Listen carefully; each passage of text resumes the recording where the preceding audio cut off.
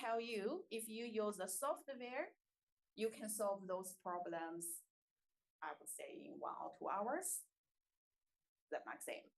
So next week, we will practice using ANSYS Workbench to solve these kind of problems. And after that, you can solve those 3 questions yourself. But of course, this week, you can start the hand calculation part. Okay, so this is our first tutorial assignment. The due date is Sunday midnight, week 4. So Sunday next week, which is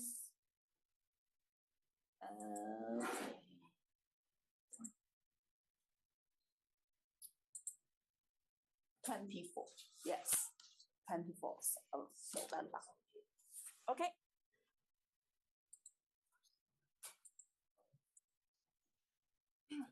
Any question about the first tutorial assignment?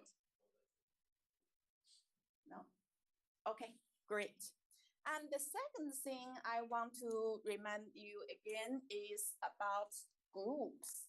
Remember, we have a team project, and you have to form a team, and then you can start this project. So think about it and let you know the team by the end of next week. Okay, so I prefer you start the project as soon as possible. So you need to form a team of 3. If you count team of 2, is still acceptable, but you need to form the team as soon as possible. Okay, now let's start.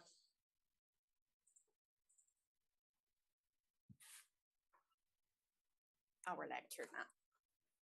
Last week, we have discussed 1D element, right? We have reviewed 3 types of 1D element. So to make a 1D element, we need to have 2 nodes, right? And then by using those 2 nodes, we can create an element. And for 1D element, in general, we have 3 different types of 1D element, right? The first one is what we call truss or link or bar or spring, right? So this is the first type of the 1D element. Second 1D element is the beam element. And the last one is frame element. Okay, all of those 3 different 1D elements are made of 2 nodes, right? And 1 element. But the degree of freedom are different, right?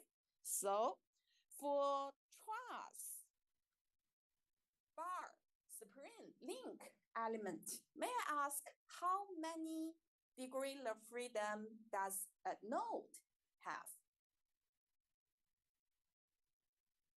1, yes.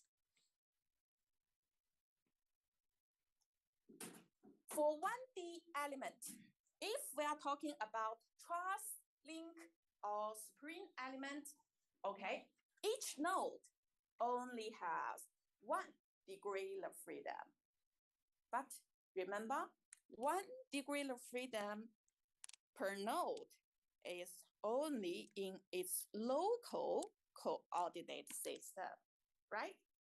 What's the local coordinate system for the truss or link element?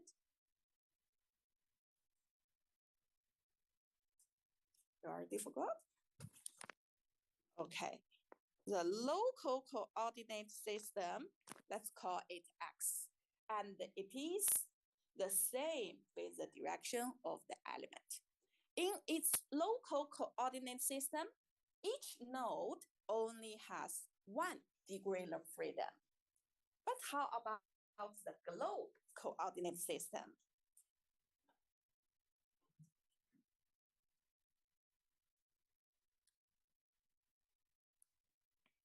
In the globe coordinate system, how many degree of freedom does the node have?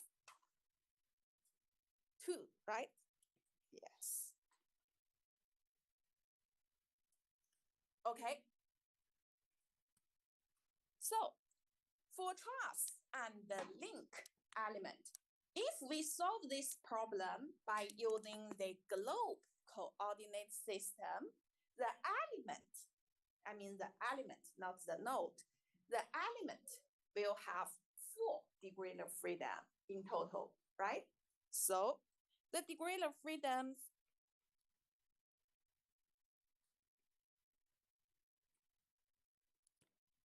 the number of degree of freedom for the element in globe coordinate system is 4, which means if we want to solve the problem by using a truss or link problem, the stiffness matrix K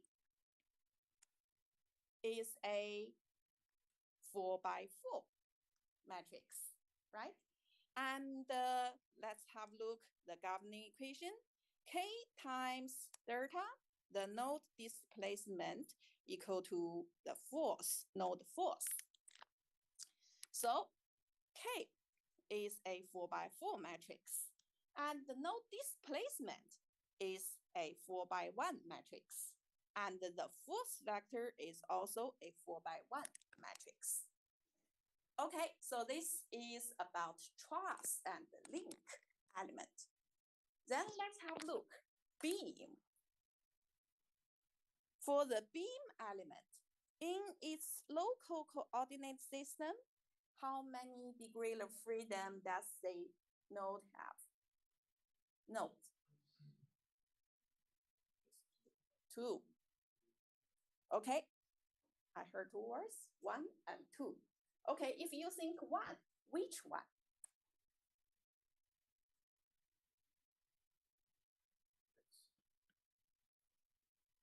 If it is in x direction, then what's the difference with this one? Right? For bar, the point can only move in x direction. So that's why in its local coordinate system, there is only 1 degree of freedom. How the beam deforms? In vertical direction. So there are 2 degrees of freedom. So your answer is correct. But which 2? Rotation and vertical displacement, right? So in y direction, the displacement in y direction, we call it v, and then the rotation. So for beam in its local coordinate system, there are 2 degrees of freedom per node, and in vertical direction and the rotation. Okay, how about in globe coordinate system then?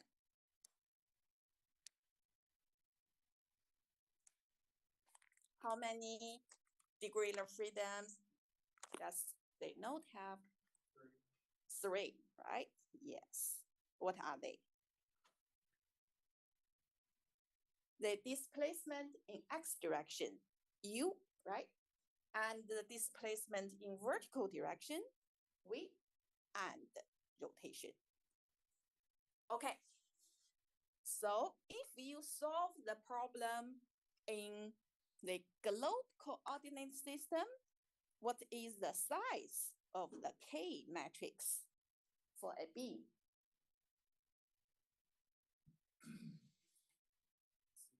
6 by 6, right? Because we have 2 nodes and each node has 3 degrees of freedom.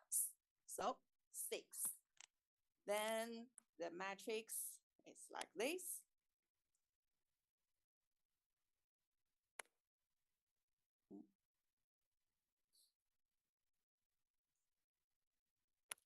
Okay. The last 1D element is free. And now, same question. In the local coordinate system, how many degrees of freedom does the free node have?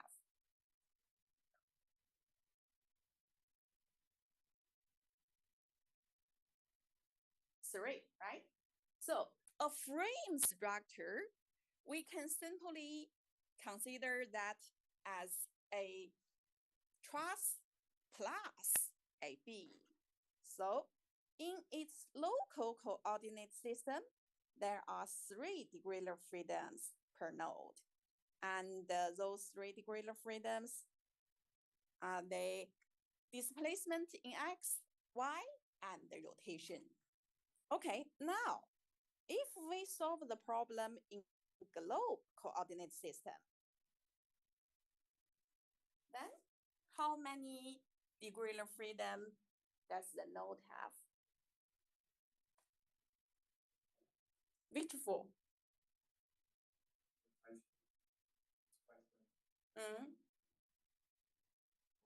X, Y, and if using 4, right?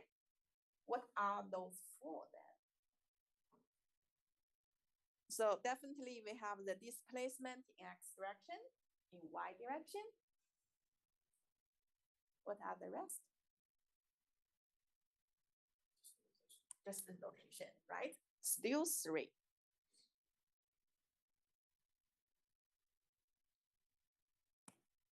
Okay, so for frame, you have to be very careful.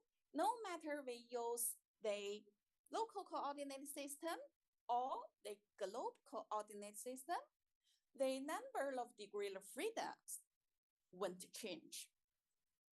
So the K matrix for the frame element, the K matrix for frame element is also a 6 by 6 matrix. But if you use local coordinate system, and if you use the globe coordinate system, the atoms inside the matrix are a bit different, but the size remains the same. Okay, cool. This is what we have discussed for the 1D element. But for mechanical engineering, actually, we don't have so many problems can be solved by using 1D, right? Now, let's think about the other case. For example, if you are required to design the wall for this classroom, okay? If so, which element should we use? Can we use 1D element? I mean, this wall. We can't, right?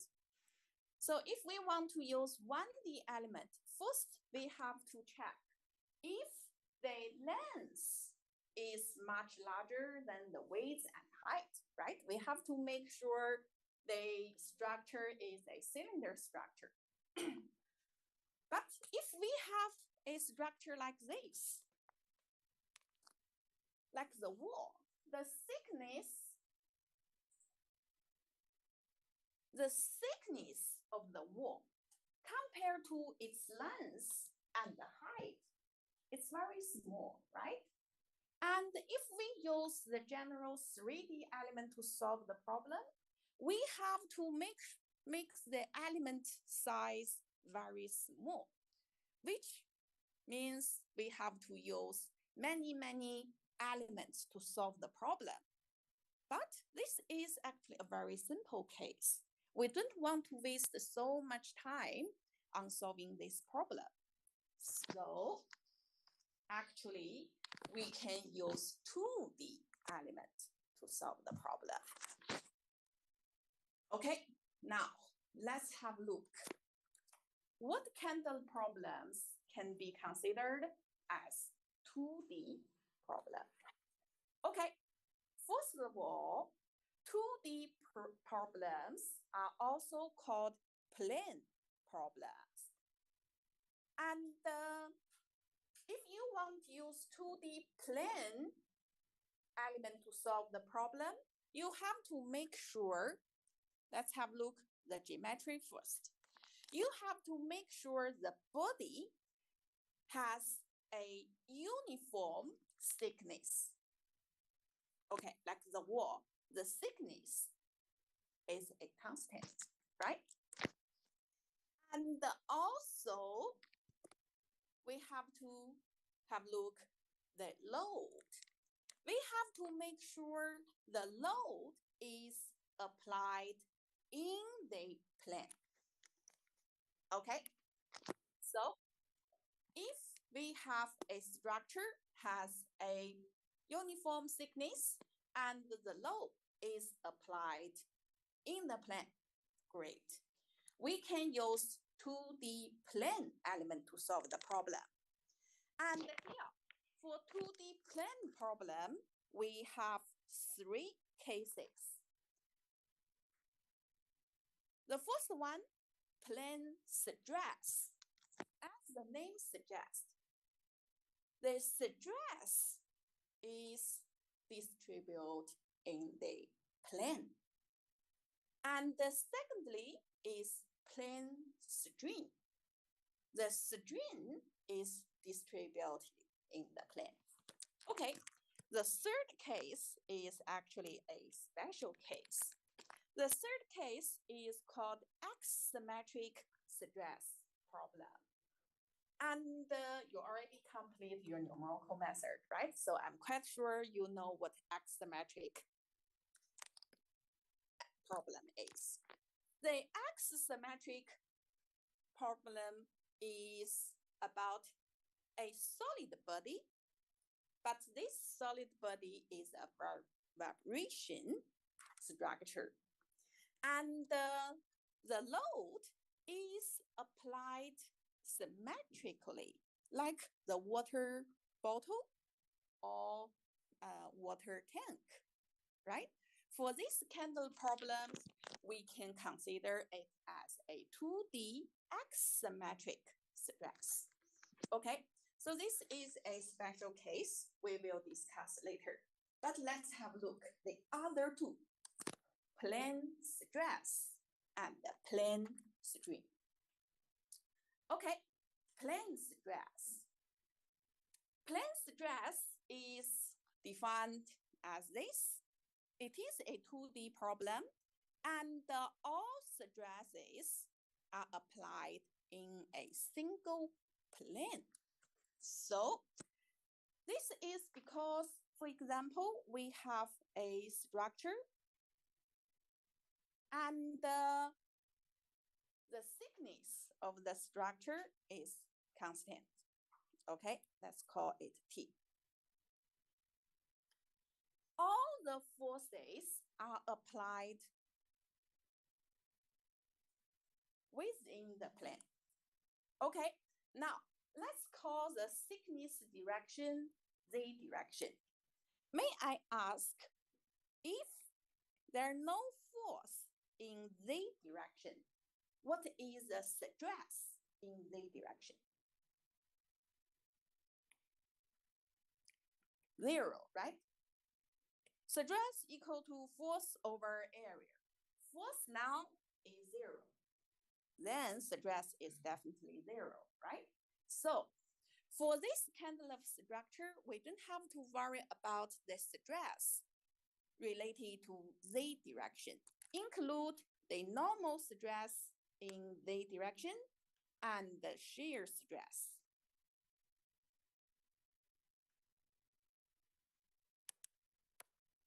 And the shear stress related to Z direction, which means the shear stress in XZ plane and the YZ plane. They are 0, right?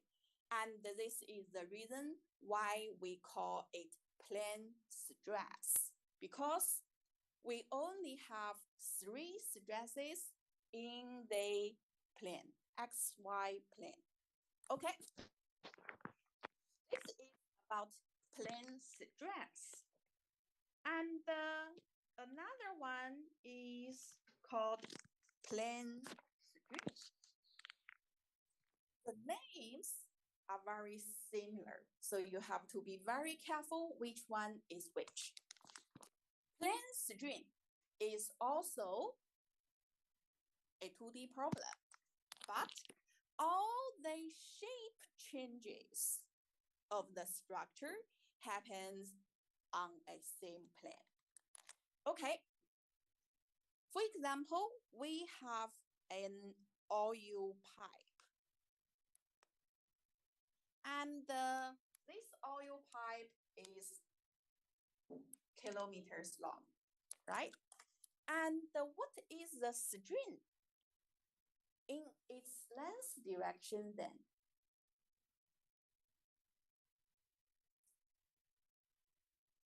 How do we calculate strain? For example, the average normal strain. How do we do the calculation? Okay, stress times Young's modulus, but this is just for 1D case. The strain refers to the ratio of elongation, right? So to calculate strain, we use the change in length over initial length. Now, assume this length is infinite large. Then what is the strain? Definitely zero, right? Even though delta L is not zero, but because the length is infinite large, definitely the final strain is zero. Okay, so if we have a structure and the structure has a very, very large length, then we can consider this problem as a 2D plane strain problem. And if we can confirm that the strain in the thickness direction or the length direction, let's just call the thickness or length direction Z direction. The strain in Z direction include normal strain and the two shear strains. Shear strain in XZ plane and YZ plane. They are zero. Okay, now back to my question. I want you to design the wall of this classroom. So which element you need to use? 3 options: plane stress, plane strain, and X symmetric. Which one you can use? The wall. I want you to design the wall. Plane stress. Why? Thin structure, right? Okay, great. Okay, now, for example, I want you to design this table for me. Then, can you use one of those elements? Look at the desktop. Look at the structure. It's the same, right? Can we use 2D plane stress or plane strain? You can. So, yes, just the top. Okay. You have to be very careful. Look at the requirements, the loading. All the loads must be applied within the plane, right? When you design the tabletop, what kind of force you have to consider? Which direction then? Normal to the surface, right? It's not in-plane force. So, table surface is not a 2D problem. Even though the structure is the same, and the thickness is a constant, but this is not a 2D problem. Similarly, like the roof, the ceiling, or the floor, they are not 2D problems. Okay, great. Now, for 2D problems, we know according to the structure of this 2D problem, we have two options, plane stress and plane strain.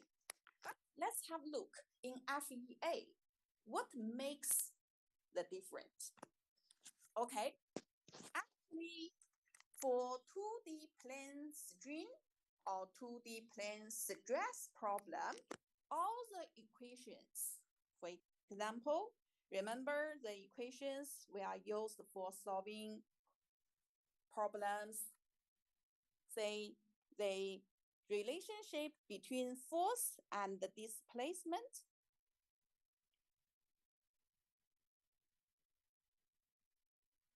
The displacement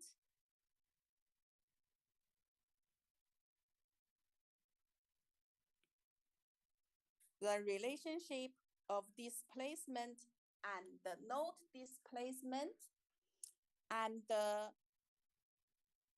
strain stress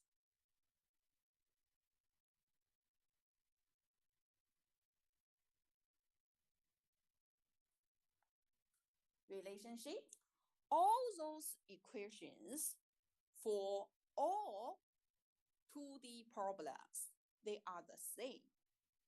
But what makes the plane stress and the plane strain different? This one, right? For plane strain problem, we have strain in x direction, unknown. Strain in y direction, unknown. Shear strain in xy plane, unknown. And for the other strain,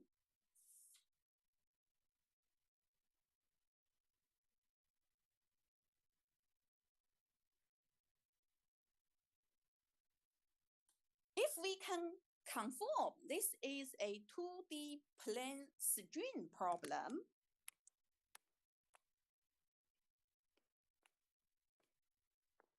we can definitely conform those three strains are 0, right? And if we can conform this is a 2D stress problem, we definitely know 3 stress atoms are 0. Stress in x, normal stress in x direction, unknown, right? And stress in y direction, this is the one of interest. And also shear stress in xy plane, also this is an unknown value, but all the other 3,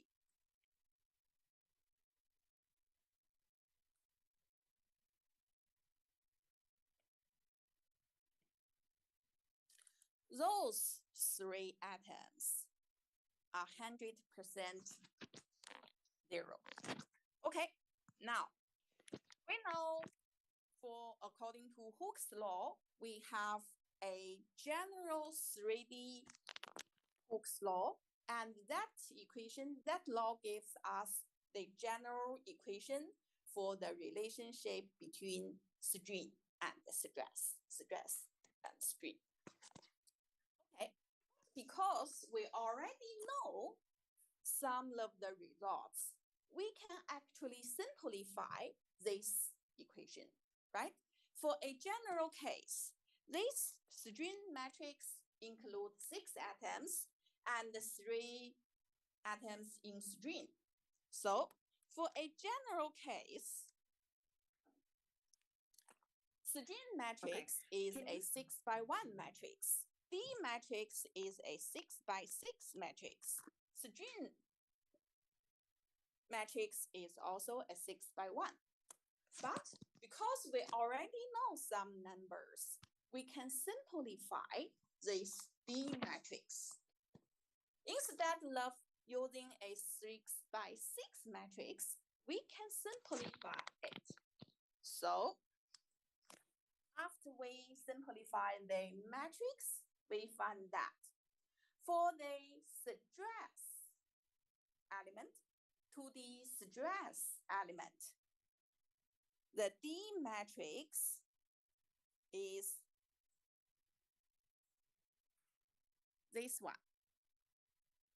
Okay, this D matrix gives us the relationship between stress and the strain for 2D plane stress element.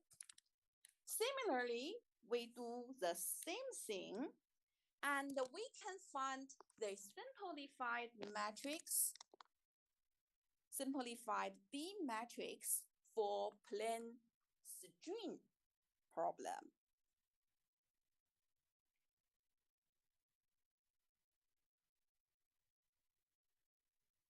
And here it is. This is the one. Okay, now I copy those two equations together, and you can find the difference.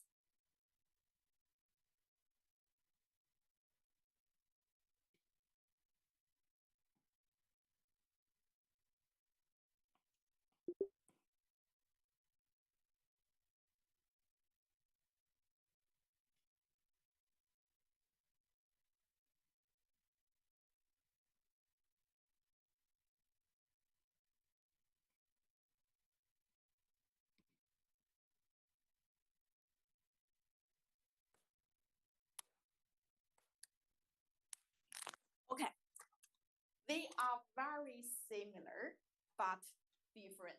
So when you solve 2D problems, if you select the wrong element, actually you select the wrong D matrix. So your solution will be 100% sure incorrect. Okay, so this one is for 2D plane stress problem, which is for the thin structure. And the right one is for 2D plane strain problem, which is for very thick structure. Okay, so this is for plane stress, this is for plane strain. When you solve 2D problems, you have to be very, very careful which is the correct one. Okay, and don't forget we have the third type of 2D problem, which is the axisymmetric stress problem. And this time we are dealing with a revolution structure. So, you know, for the revolution structure, we can use the polar coordinate system, right? So instead of using x, y, z, we use r, theta, and z. So in that case, the D matrix for these 2D axisymmetric problems is this one. And you have to be very careful. The size of this matrix is a bit different with the other two. For axisymmetric problem, the size of the D matrix is a 4 by 4 matrix. Okay, so how we derive this? How we derive this D matrix here? You can definitely find the detailed steps from our textbook, and it's just for your interest. If you think this symmetric, axisymmetric matrix are too hard, that's fine. But you should know that when you solve a revolution structure problem, you need to make sure you use the x-symmetric element for solving the problem. Okay, now we have introduced what different types of 2D elements. Now let's think something else. We have a 2D problem, and we can confirm that this is a 2D problem. For example, this wall. Now, I want to find the displacement of a point. For example, this point. Now, can you tell me the degree of freedom of how many degrees of freedom does the point have? Okay, let's assume the wall is located in XY plane. Okay, so the horizontal direction, X. The vertical direction, Y. And the thickness direction is Z. Okay, I'm interested with the deformation of this point. And I wonder how many degrees of freedom does this point have? And what are the degrees of freedom? Okay. Yeah. May I change my question to this? Can this point move in Z direction? No, right? Can this point move horizontal? Yes, in the horizontal direction? Yes, right? So this point can move in X. How about Y? Yes. Can this point rotate?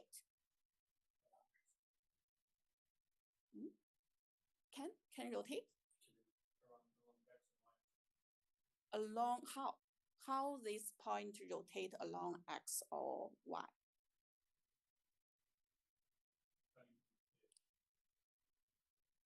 I mean, this point.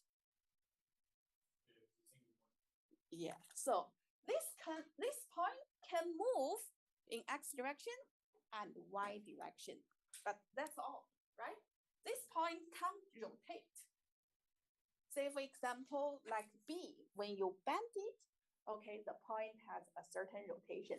But for this, the point can't, the wall won't bend.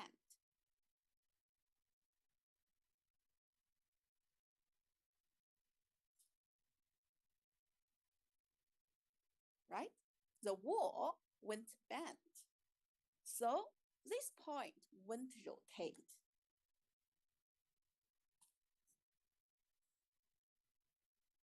Looks like you have many questions. Just ask, don't be shy. You can doubt me. So if you think this point can bend, just let me know why you think it can bend, or bend in which direction.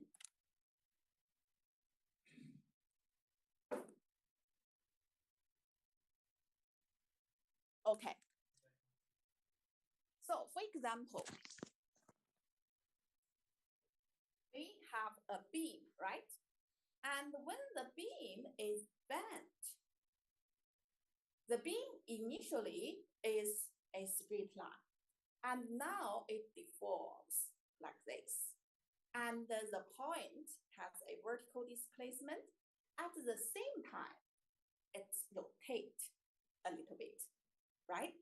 So this is why we have to consider a vertical displacement and a rotation degree of freedom.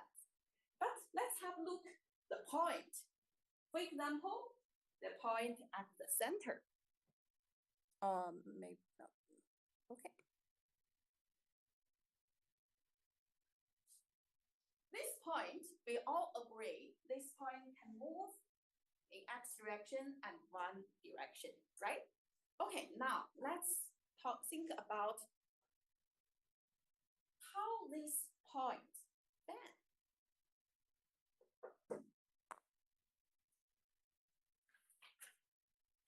Look, we have a piece of paper, right? And now if I apply a force in the normal direction, look at this side, then the paper will bend this way, right? And then the points have a rotation angle. Or if I bend it this way, right? The point rotates in the other direction, right? But now all the forces are in plane forces. Will this paper bend? There no force make this paper bend, right? So this is why we mentioned several times. All the forces are in plane forces, right? The paper remains a plane, right? So for 2D problem, there are only two degree of freedoms, U and V. U refers to the displacement in X direction. V refers to the displacement in Y direction. So for a 2D problem,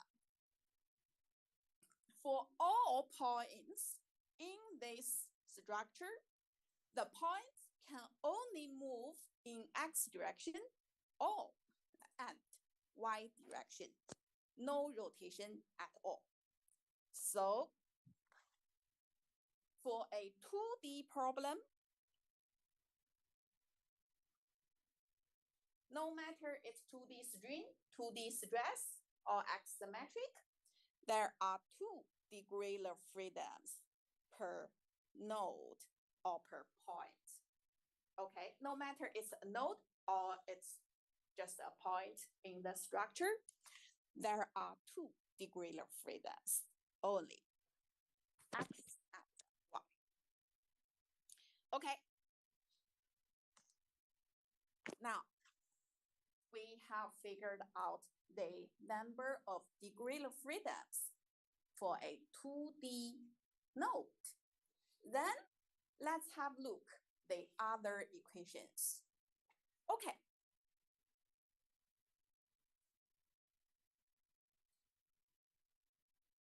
If you have any question, just free to ask. Don't be shy and don't wait. Okay, now let's have a look the 2D problem. 2D problem actually, as we already explained, 2D problem include three different types. But think about how we create 1D element. To create 1D element, we need to have two nodes. And then by using the two nodes, draw a line, that's the element, right? We don't have any other option. But now, I want you to think how to create a 2D element. How to make a 2D element.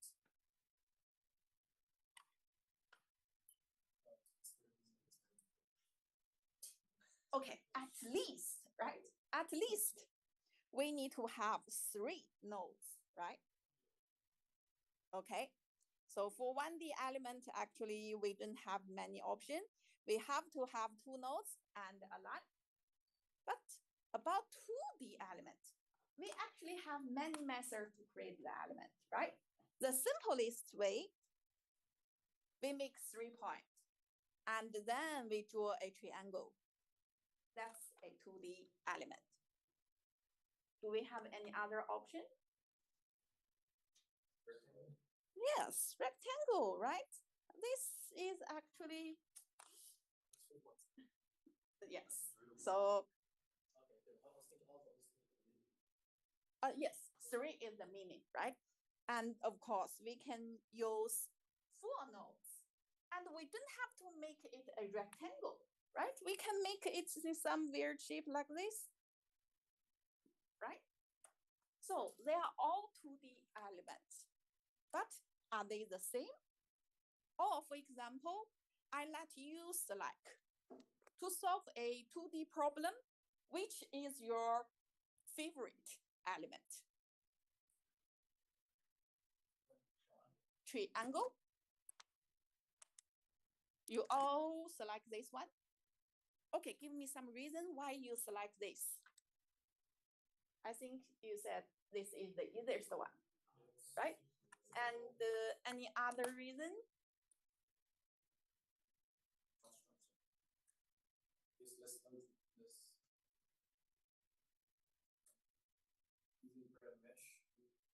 Okay, yes. Say, actually, you mentioned some. I agree. I think you all get the point. Say, like you said, use less nodes, right? Less node means less degree of freedom, means smaller size of the matrix, right? Smaller size of the matrix makes the calculation easier, right? So we can get the solution much faster, of course. Yes, that's the reason why we use triangle. And like you said, the mesh. We can use triangle shape to match different shapes, right? So for example, if I have a 2D element, a 2D problem like this, if you use rectangle, how, right?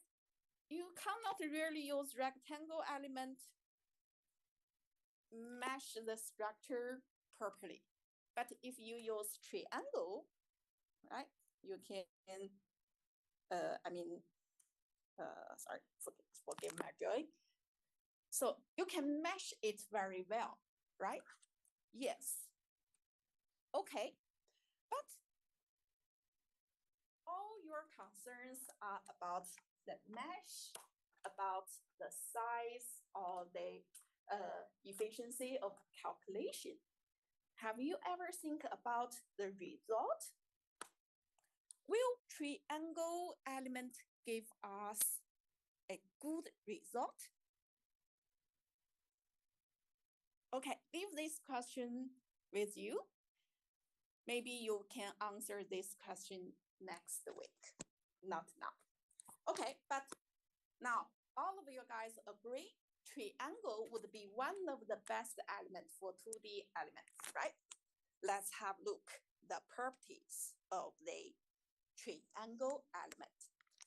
First of all, triangle element has a certain name.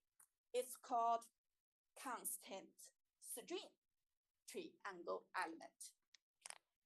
In short, CST. Constant string triangle element. Okay, now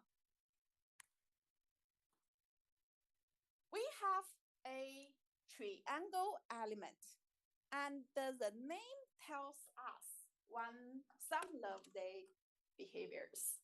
It's a triangle shape, and it has a constant string. Okay, why? Why does the element has a constant string? Let's have a look later. Okay, now we already select the triangle element. And we already discussed about the degree of freedoms, right? So each node has 2 degrees of freedoms. Then how many degrees of freedoms in the element? 6, right? So 2 nodes, 2 degrees of freedoms per node. So there are 3 nodes in the element. So 2 times 3, which is 6. Okay, now for this triangle element, we know there are 6 degrees of freedoms, which means this K is a 6 by 6 matrix. And this one, 6 by 1. The fourth, 6 by 1. Okay, now let's have a look. The node displacement vector. What are the components inside this vector of the matrix?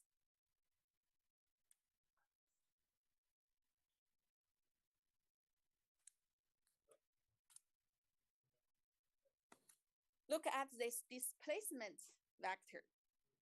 We confirm that there are 6 components inside, right? What are those 6 components then? X, Y for each node, right? So we call it U for X and V for Y, right? U1, V1, U2, V2, U3, V3, right? Okay, great. So,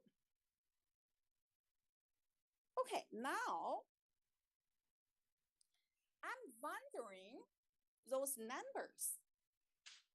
Look, the displacement matrix, we have U1, V1. This is definitely the displacement of the first node, right? U2, V2, second node, U3, V3, third. Okay, now we have 3 nodes in this triangle element. Which one is the first node?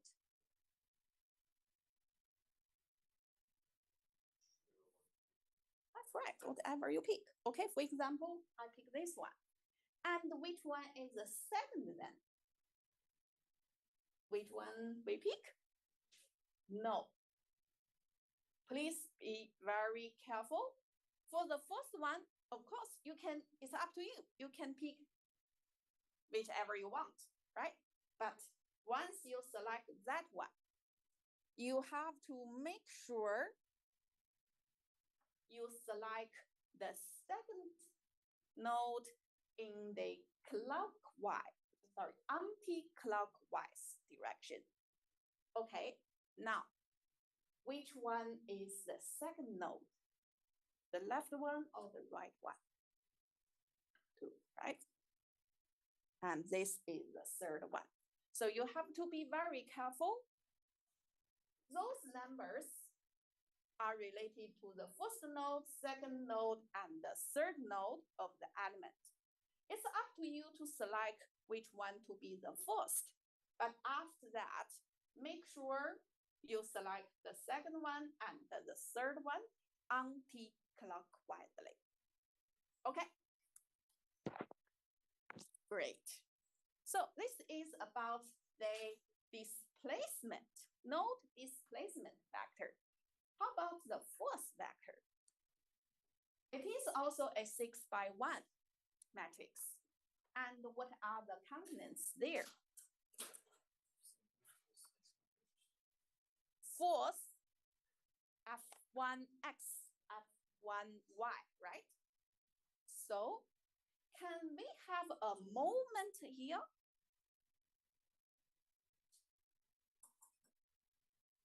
Say this one, we have F1x,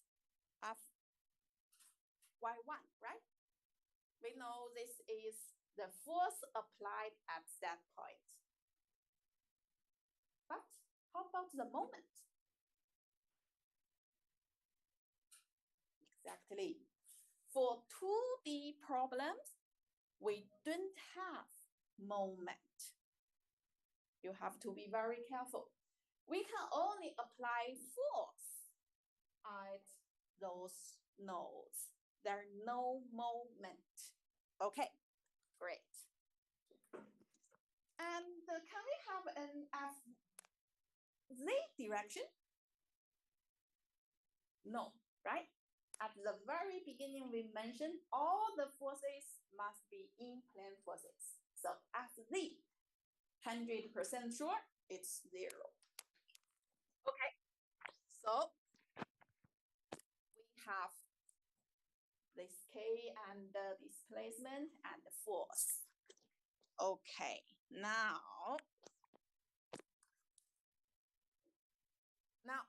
if we decide to use triangle element, then we have those 2 matrices. The node displacement and the force vectors. But now, for example, I'm not interested with the results from those three nodes. I have another point. Let's call this point P.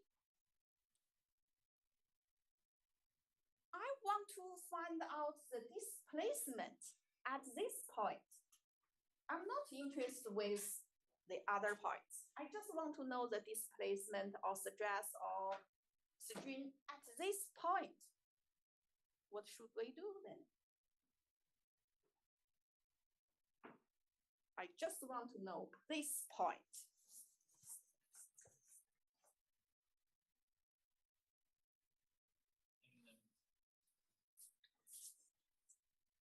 Okay, we need to use this relationship, right?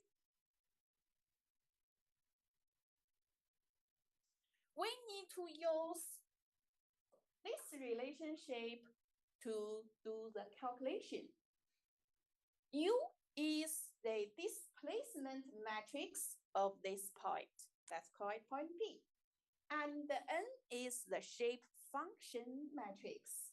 And the delta is the node displacement matrix. Okay, now may I ask what is the size of this matrix U? How big the matrix is?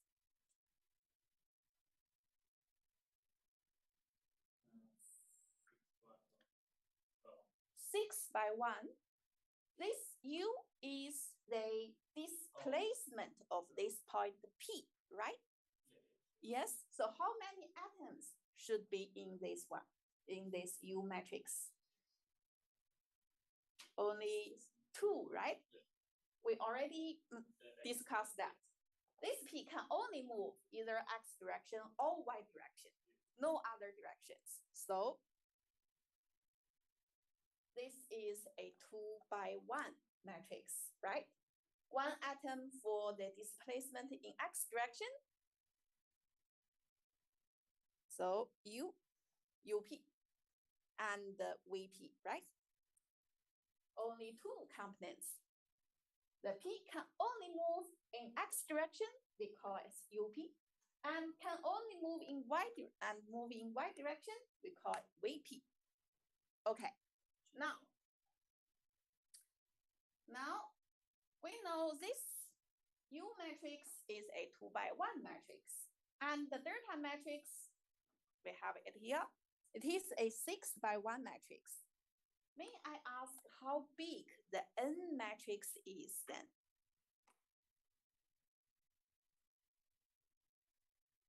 Left side, 2 by 1. Right side, 6 by 1. What is the size of this N?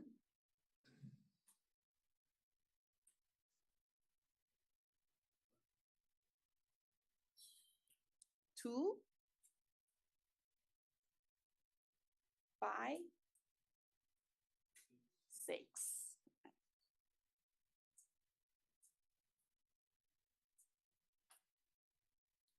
Okay, then this shape function matrix of this triangle element is a 2 by 6 matrix. So the next thing we need to look at is what are those atoms in this N matrix? Okay.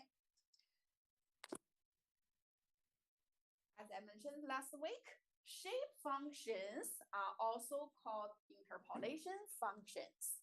This function gives us the relationship or the distribution of the displacement. So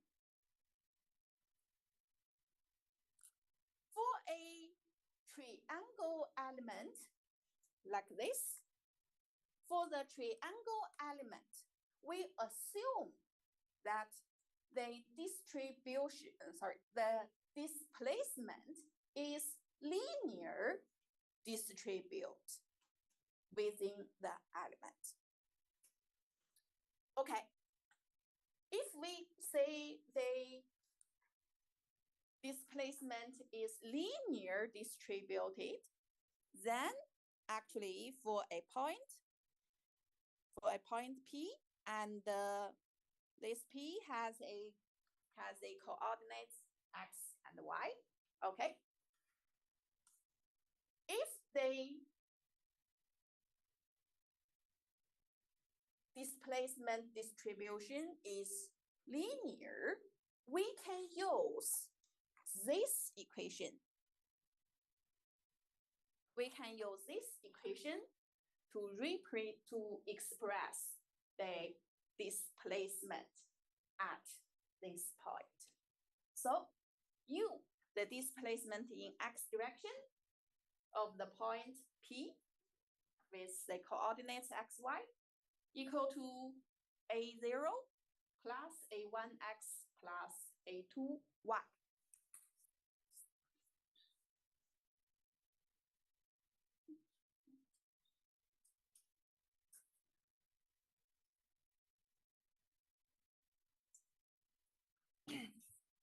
And these three A's, A0, A1, A2, they are constants. Okay, recall your maths. If you want to calculate three unknowns, A0, A1, A2, right? If you want to calculate those three unknowns, at least you need to have three equations, right? But do we have three equations for this problem? Actually, yes, right? We do know node 1 has the displacement U1. Node 2 has U2, and node 3 has U3, right? So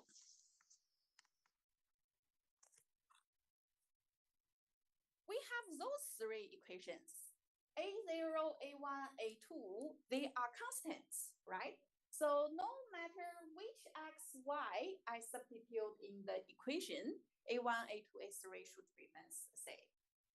Okay, now at node 1, node 1 has the coordinates of X1, Y1, and the displacement is U1. So substitute that to the equation, we have this. Similarly, second one, third one. Right? Now we have three equations. So we should be able to solve for A0, A1, and A2. Okay, now we have A0, A1, and A2. Then we substitute A1, A2, A3. We substitute those three A's, A0, A1, A2, back to this equation. Okay, so we substitute those to U, X, Y equal to A0 plus A1, X plus A2, Y. Then we do some changes. We can rewrite this equation in this way. Ux equal to something times U1 and plus something times U2 plus something times U3. And U1, U2, U3, they are the node displacement, right? Okay, then let's have a look. What are these somethings is? Okay, now, after we rearrange this equation, we have N1 equal to this equation, N2, N3. Okay. We can rewrite this equation U by using N1 times U1, N2 times U2, N3 times U3. Then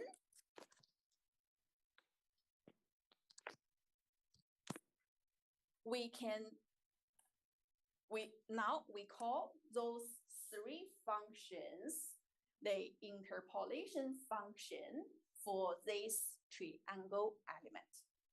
And also, they are the shape functions for this triangle element. Okay, but now maybe you have a question. Those three shape functions, n1, n2, n3, are derived by calculate the displacement in x direction, right? So U means the deformation or displacement in x. How about y? How about the displacement in y direction then?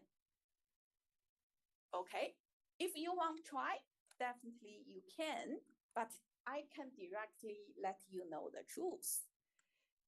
If you do the same calculation by using the deformation in y direction, you will find exactly the same solution.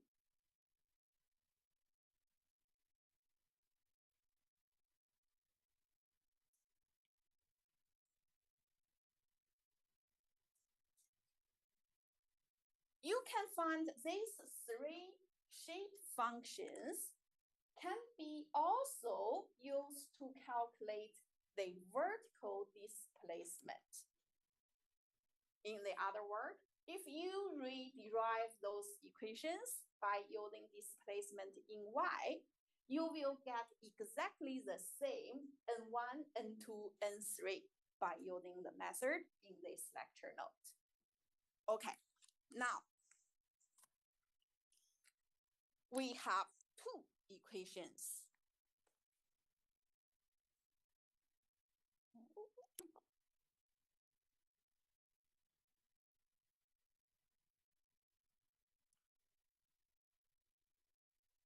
Now, we have two equations. U equal to n1 u1 plus n2 u2 plus n3 u3. V equal to n1 v1 plus n2 v2 plus n3 v3. Okay, now I wonder if you can rewrite this equation side to matrix format.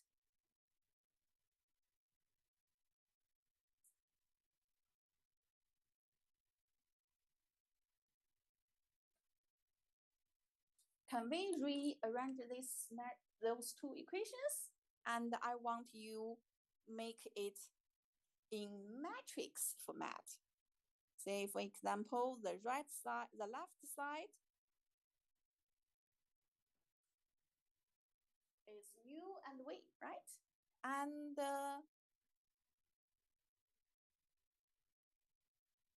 what are the right side parts?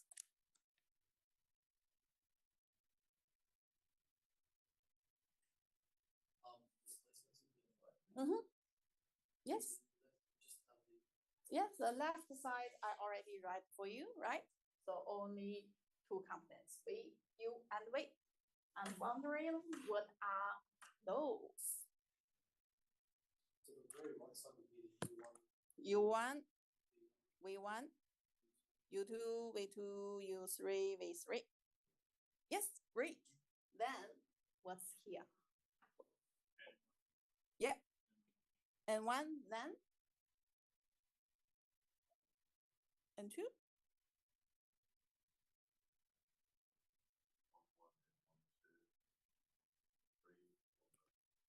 Okay.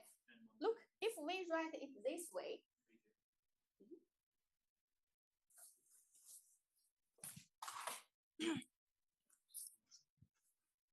we start with U1, then V1, right? Look, the first equation. U1. We don't have any V1. Yes. So we may need to do some change here. We make it N1 times U1, then plus 0, right? Times V1. Then plus N2, U2 plus 0, V2 plus N3, U3 plus 0, V3, right? Now, what are these? N1, 0, N2, 0, N3, 0, right? How about the second row then? 0 and 1, right? 0 and 2, 0 and 3. Right?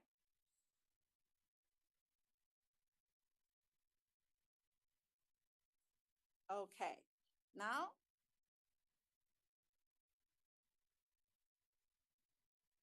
look, this is the equation I mentioned before, right? So to calculate the displacement U at point P, we need to use a shape function matrix multiply the node displacement matrix. And we already discussed that. This U is a 2x1 matrix, right? Only the displacement in X direction and Y direction, only 2 components. The right side is the node displacement, right? 6 atoms. And the middle part is the shape function matrix, is a 2x6 matrix. There, right? So this is actually the displacement matrix. It's a 2x1 matrix. This is the shape function matrix. It is a 2x6 matrix. And then this one is a 6x1. Okay.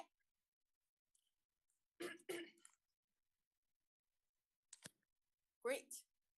Now we have derived a very important equation. This equation gives us the relationship between displacement and node displacement.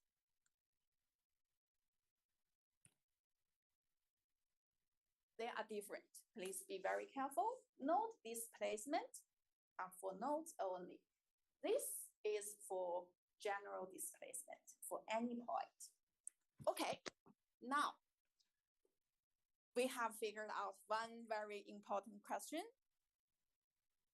Calculate the displacement based on the node displacement. Now, again, same question.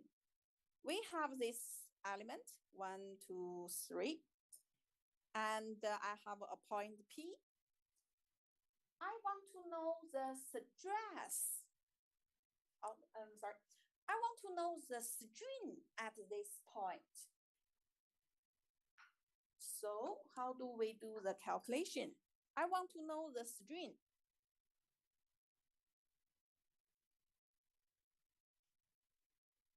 Okay. Let's call it epsilon P. So my first question is, how many atoms are in this matrix? How many strains here?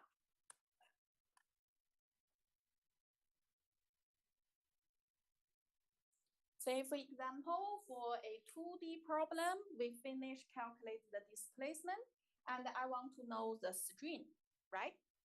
The strain include normal strain and the shear strain in different planes and different direction, right? So what is the strain matrix for this point?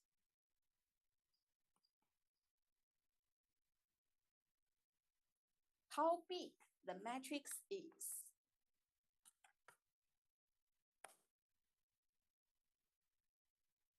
It's a 2D problem, right? And we already discussed that.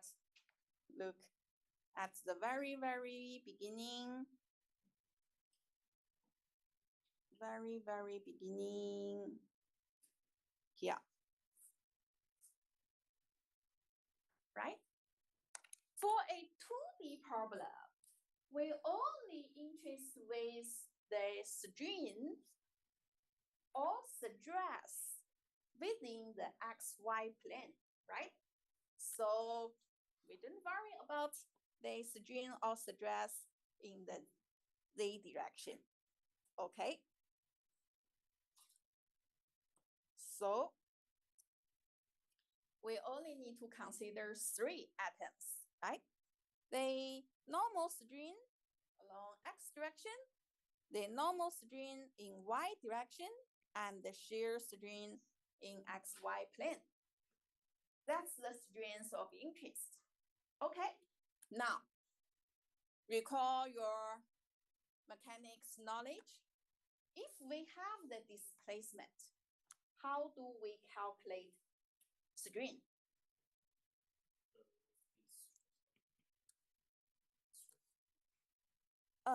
No, I'm asking the string and the displacement relationship. So, for example, we know the displacement u is a function u with the variable x and y. And v is another function. How do we calculate the normal string?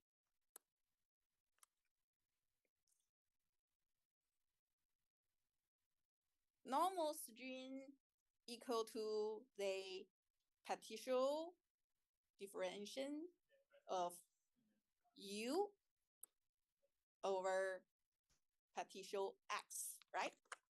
So to calculate the normal stress in x direction, we use partial u over partial x. How about y? Partial v over partial y, right? And what's the shear string then?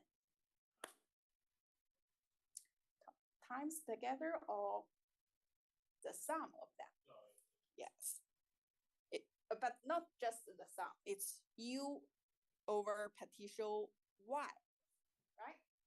Horizontal displacement, but the differentiation in terms of y, plus partial v over partial x, right?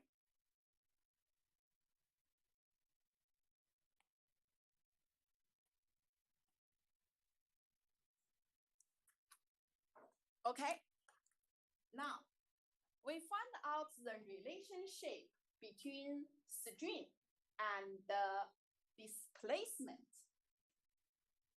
May I request you to convert those 3 equations to matrix format?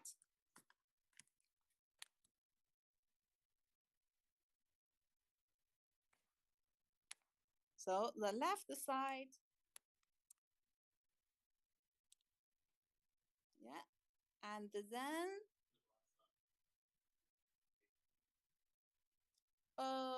we don't have u1, v1 here. We only have u and v here, right?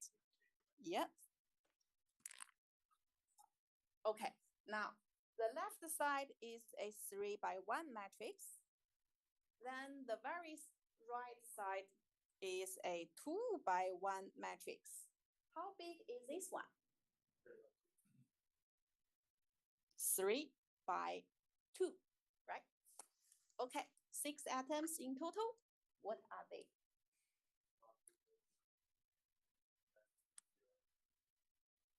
Okay, I can directly tell you, maybe this part is a bit hard. So we need to rearrange this equation a little bit. So we make partial x as the first atom. So, oh no, sorry. We make u as the first atom. So this one is plus 0, partial 0 over partial y. We can, right? Because if we have a function equal to 0, and the differentiation is definitely 0. Okay, and the second equation, I make the change. partial 0 over partial x plus partial u over partial 1. Wait.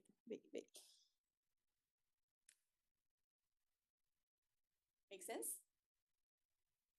Okay, then we can write the matrix.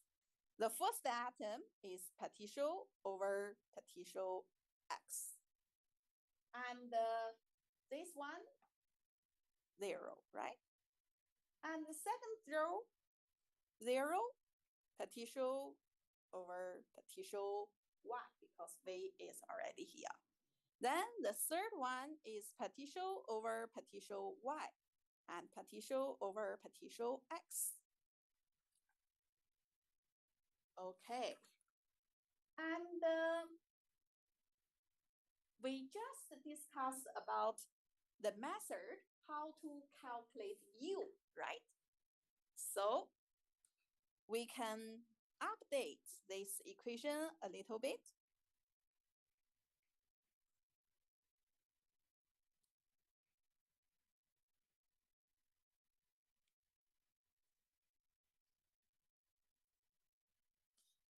U equal to n times node displacement.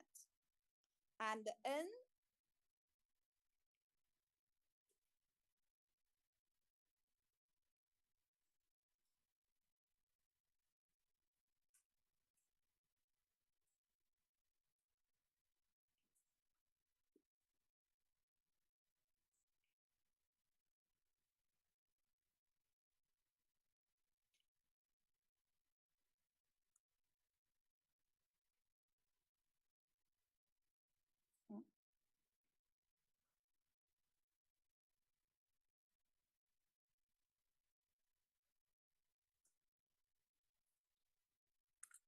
right? So instead of using the displacement matrix U and V, we can use the shape function multiply node displacement for the calculation, right? And then we can further calculate the multiplication of these two matrix. Then we have partial n1 over partial x, 0, partial n2 over partial x, 0, partial n3 over partial x, 0.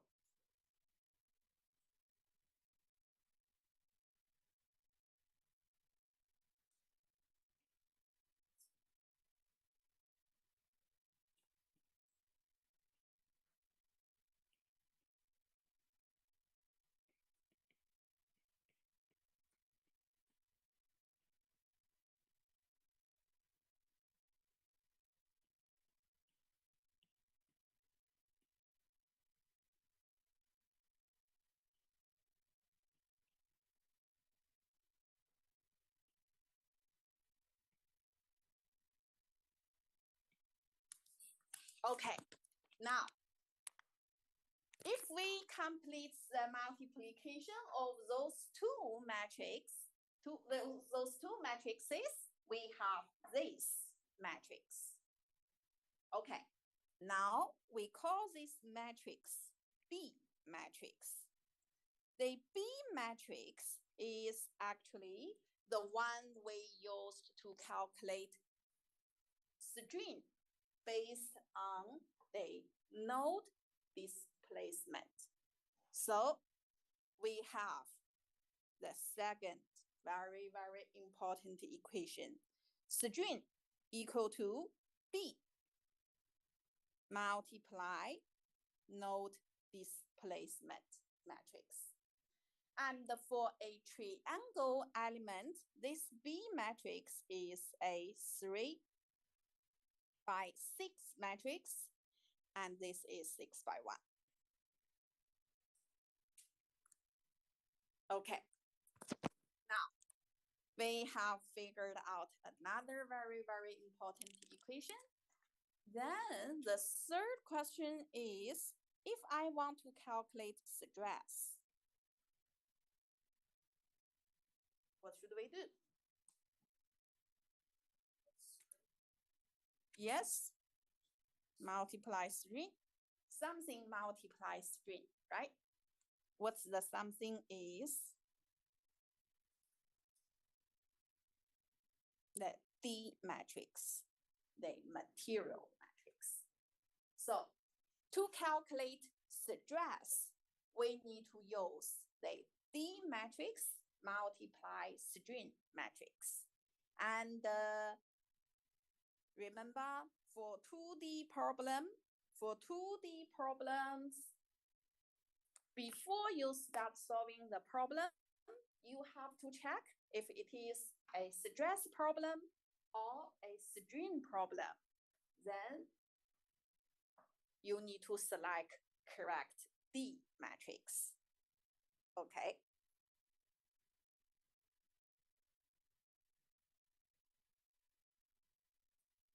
Okay, D matrix. Now you know where to use D matrix. D matrix is just to calculate the stress based on strain. Okay. And here you have to be very careful for plane stress problem and the plane strain problem. This D is a 3 by 3 matrix. And the stress matrix, they are 3 by 1 matrix. But if you use axisymmetric element to solve the problem, the equation is a bit different with this one. For the axisymmetric problem, D matrix is a 4 by 4 matrix, and the stress matrices are 4 by 1 matrix. But for it won't be covered by this subject. If you interested with this kind of element, you can have a look at our textbook. Okay, great. Now,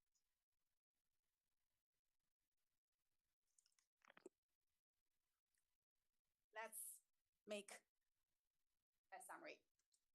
For 2D problems, based on the structure or the nature of the problem, the first step, you need to identify if this is a 2D plane stress or plane strain or axisymmetric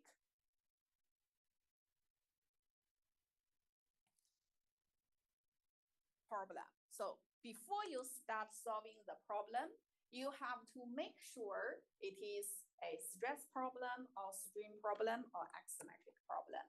And also for 2D problems, we call them plane problems, not plate, plane strain problem, plane problems. Okay, the first step, you need to specify which problem it is. And then,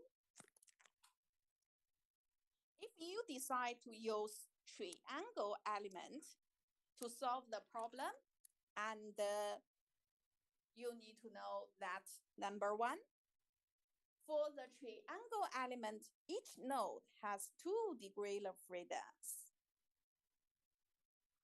For the whole element, there are 2 by 6 and 2 by 3 equal to 6 degrees of freedoms.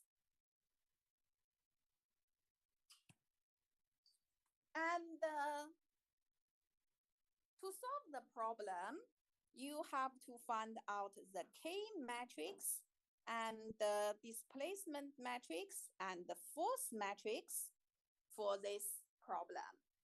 And in each of the triangle element, this K is a 6 by 6 matrix, and node displacement is a 6 by 1, and the force is also a 6 by 1 matrix. And then, if you want to calculate displacement, you need to use shape function matrix multiply node displacement matrix. So this one is 6 by 1, and the left one is a 2 by 1. So shape function matrix is a 2 by 6 matrix. To calculate string, you need to use B matrix, multiply the displacement, node displacement matrix, and this B is a 3 by 6 matrix. To calculate stress, we need to use D matrix, multiply string. Okay, for triangle element, those are some very important equations we obtained. Okay, now, yes. Yeah. Let's say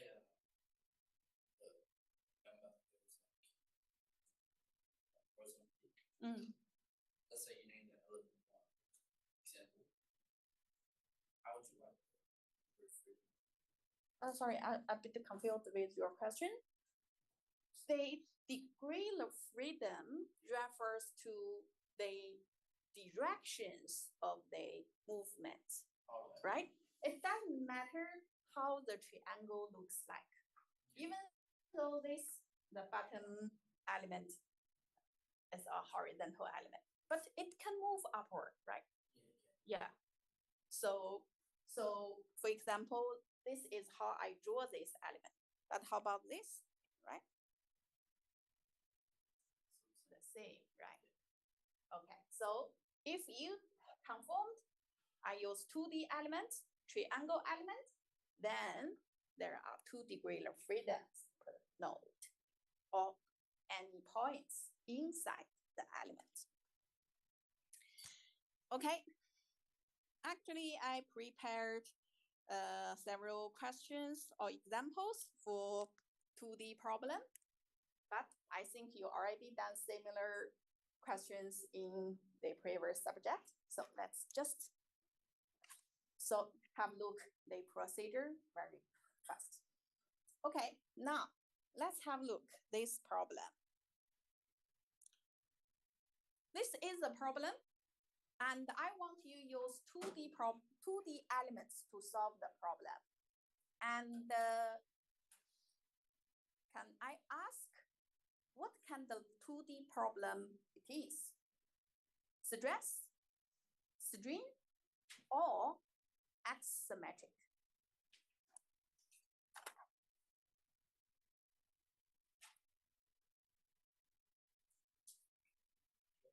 Stress, why? Thin thickness, right? Yes. So this is a plane stress element. Great. Okay, now second question. To solve this problem, when does something become too thick to be a stress problem? If that was 5 inches. Okay, actually there are no certain threshold for the thickness. Say for this problem, the thickness is 1 inch, right? When you solve the engineering problem, you know what's the effects, right? So do you think the thickness, the deformation in the thickness direction affect the results or not? If you don't think the thickness, the deformation or stress or something will affect your final solution, you cannot use 2D. But if you think the effects are negligible or very small, you can ignore it, then you can use. So there are no certain threshold, say 5% or 10%. There are no threshold for that, but it's based on your experience. You know, we can consider it as thin or we can't. you are the one who solved the problem, right? You should have some idea about it. Yeah. So just, yeah, so just, that's, Yeah. So how would you know if the strike properly? So This, how would you choose between types? I would say that was 5 inches thick. You didn't redoing it with fine strike. look, the force is in the x, let's make the coordinate system first. Okay, so this is x, right? Vertical y, and then we make the thickness z.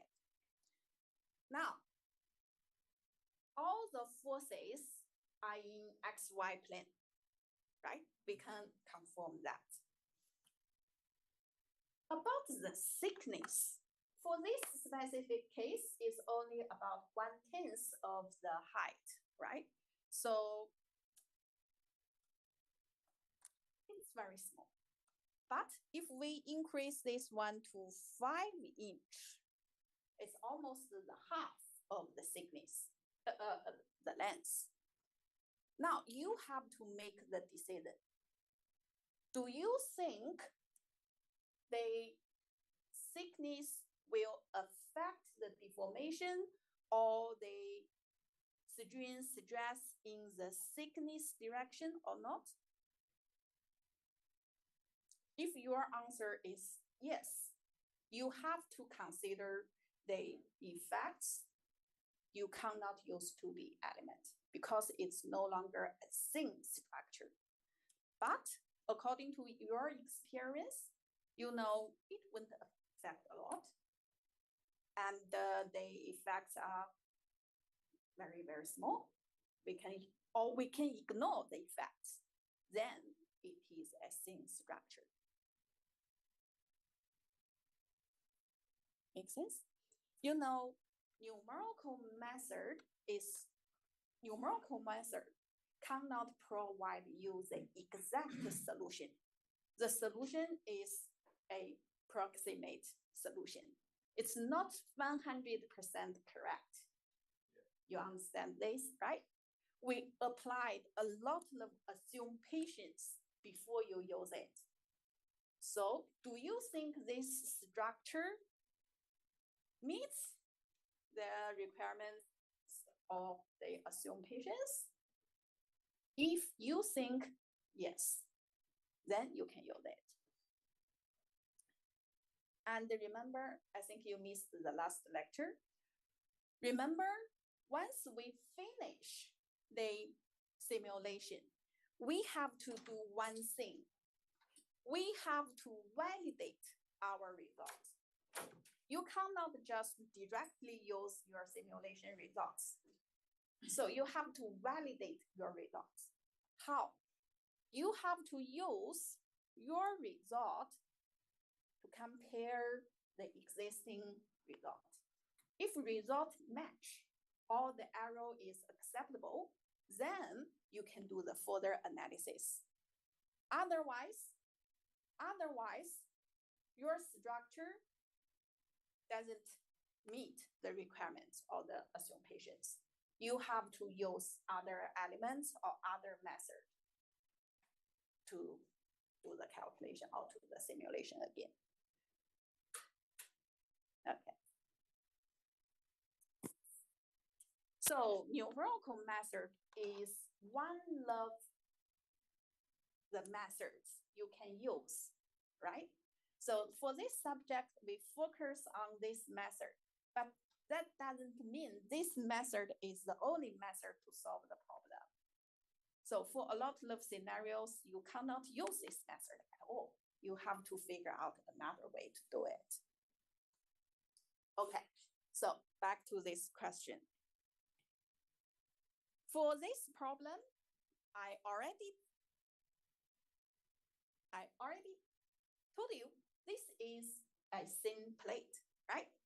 Okay, so we can directly use plane stress element to solve the problem because I already gave you some assumption and we accepted that already. But for your real case, not the practice practical question or some question I gave to you. For the real problem, you are the decision maker. You are the one to decide if this problem can be solved by using certain elements. For example, the column, right? Now, I want you redesign this column for me. Then, which element type you want to use? 1D, 2D, or 3D?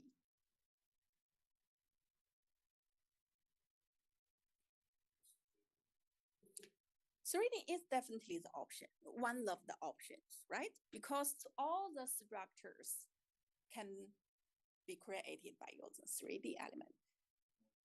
1D, yes, right? 1D, for this case, 1D is enough, right? Because we only consider the vertical loads, support all there's only 1 degree of freedom of the element, right? The bar can only be compressed or elongated. No other deformation. So 1D is enough. But look at the height and the diameter. Do you really think this is the cylinder structure? Maybe not, right? So for real problems,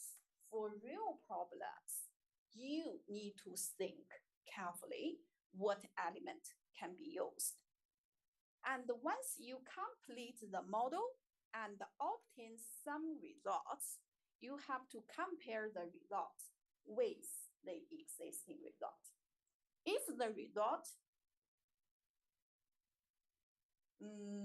similar to experimental data or similar to the previous data, then you can use it for the further analysis. Sometimes, say today,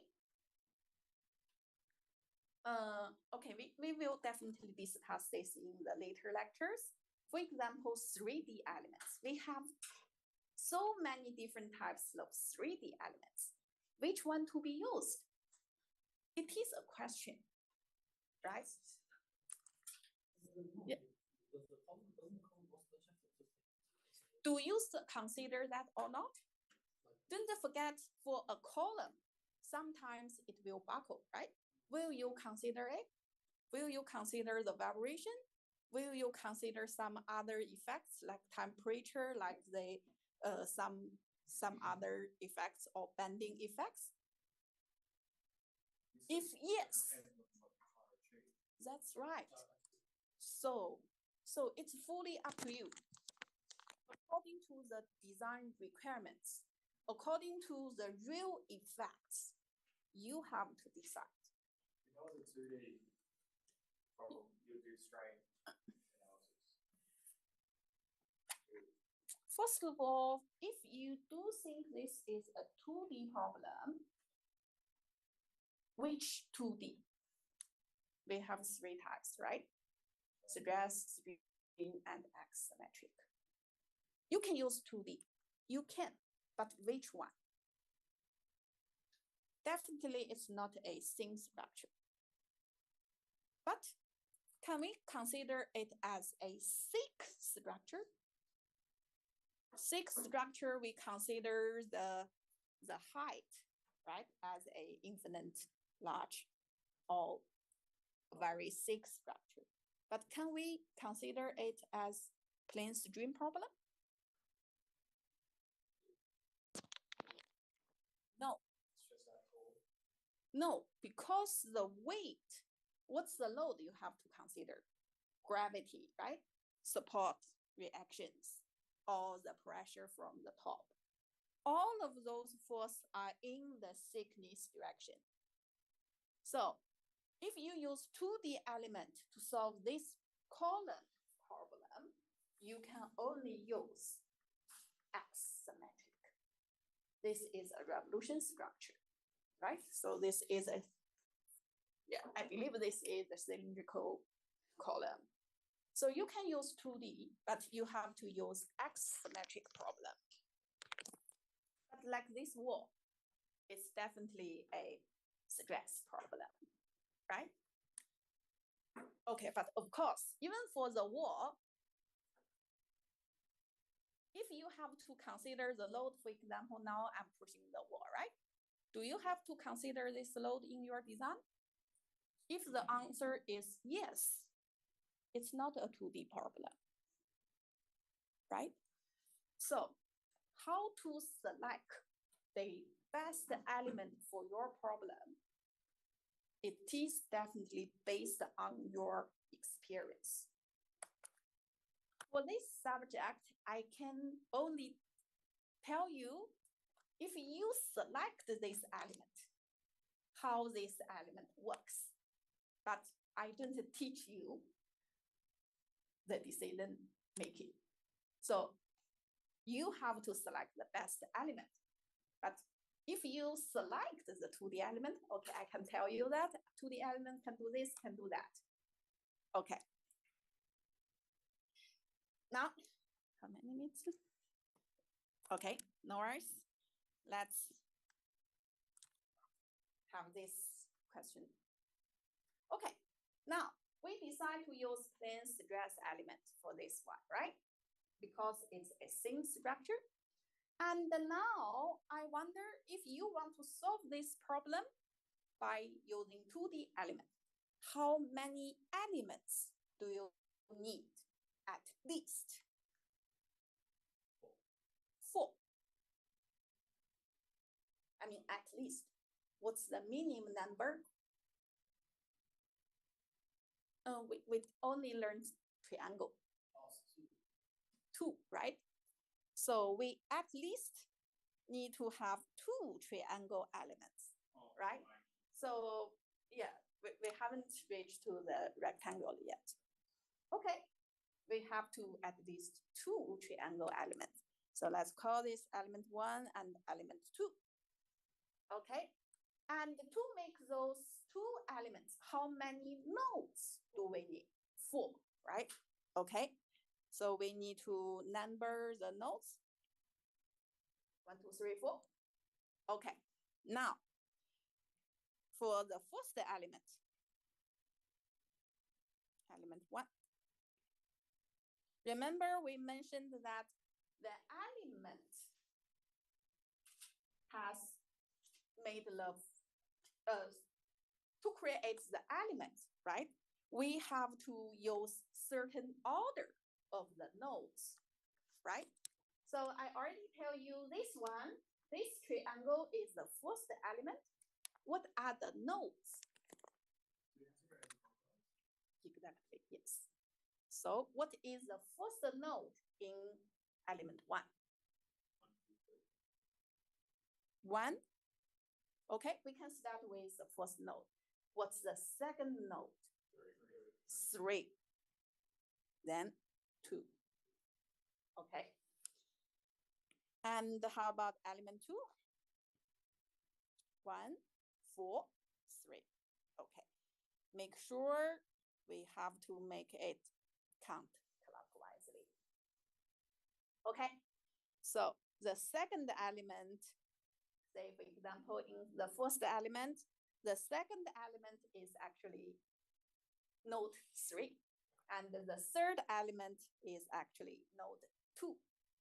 Okay, it's a bit tricky, but you have to use this order. Otherwise, your solution will be wrong. Okay. And last question. Okay. Once we finish this question, and that's all for the lecture. We have a pressure here, right? This plate is under a pressure. But look at our force vector.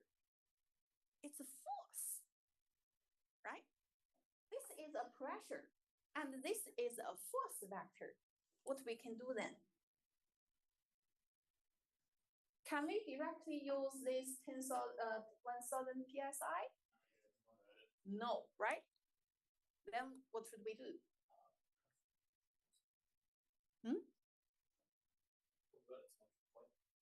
Yes, we have to convert this pressure to point loads.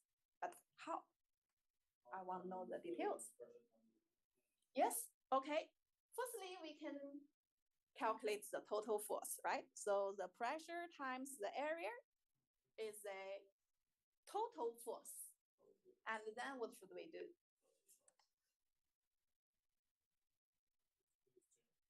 And here, look. Yes, but we don't have any nodes there, right? So in that case, we have to assume those two nodes share the force equally, right? So node 3 carries half of the total force. Node 4 carries the other half. Okay, now they convert a pressure to this. Okay, great. That's the hardest part for solving this problem. Once we solve that, easy. So we have two elements, and we need to figure out the node displacement and node force, and then we can calculate the K matrix and assemble the K matrix together and use boundary conditions to reduce the size and solve for the unknowns, and then we can find the solution. Okay. The solution to this example question, you can definitely find it in our lecture notes. And I think in not next week, the week after, in the tutorial class, we will practice a question like this. Okay. Okay. That's what we need to know for 2D triangle elements. But I think we all discussed that. Other than triangle elements, we have another option, rectangular element. Do you think rectangular element is a good operation for 2D problems? And compared to triangle element, which one is more common used? And which one can give us a better solution? Today, I can let you know the answer. Rectangular one, or 4-node quadrilateral element is more common used in engineering problem. And the solution obtained by this kind of element is much better than triangle. One, I say that. And what's the other behaviors or properties does the 2D quadrilateral element have? Okay, we will discuss it next week. And why most of engineers prefer to use rectangular element or the quadrilateral element other than triangle. Okay, that's the question we will answer next week. That's all for the lecture today. And let's have 10 minutes break. Please come back at 2:15, and we will start our tutorial class there.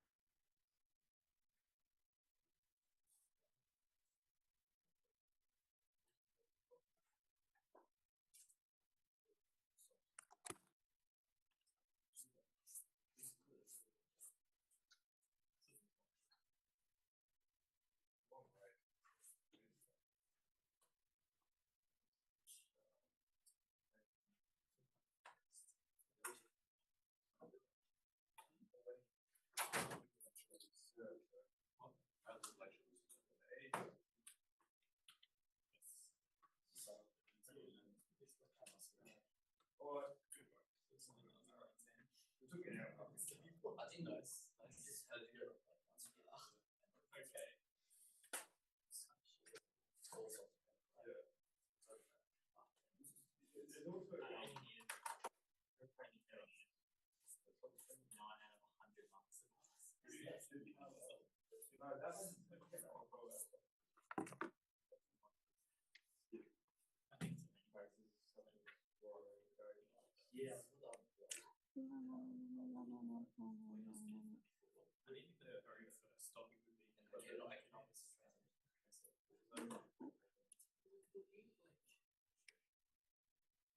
Transfers to